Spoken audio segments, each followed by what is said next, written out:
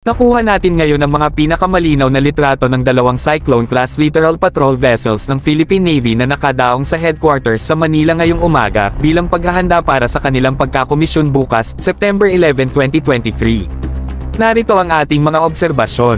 1. Pareho ang makikita nating MiG-38 Mod II RCWS na may M242 25mm Bushmaster chain guns. 2. Malinaw na wala ang EW antenna sa tuktok ng mast pati na rin ang FLIR systems and SSQ-133 Bright Star EOTS at laser tracking system sa ilalim nito at ang SATCOM antenna na nakalagay sa midship superstructure. Maaaring palitan ng Philippine Navy ang mga ito gamit ang mga katulad na system na nasa kanilang inventory. 3. Wala rin ang M208 launchers para sa BGM-176 Griffin surface-to-surface missiles katumbas ng mga Spike-R missiles ng PN na inaasahan natin simula pa lang. Abangan natin kung maglalagay ang PN ng Spike-R missile launcher bilang kapalit.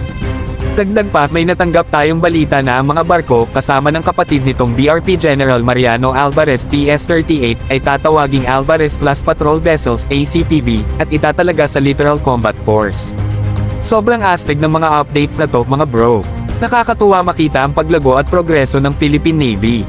Ito'y nagpapakita ng dedikasyon at determinasyon ng ating mga tapat na sundalo. Ito'y patunay ng lakas ng ating bansa at handang protektahan ang ating mga karagatan. Salamat sa inyong pagsama sa ating nakaka-excite na update. Huwag kalimutang i-hit ang like button, mag-subscribe sa channel, at i-ring ang notification bell para lagi kayong updated sa ating mga powerful na nilalaman.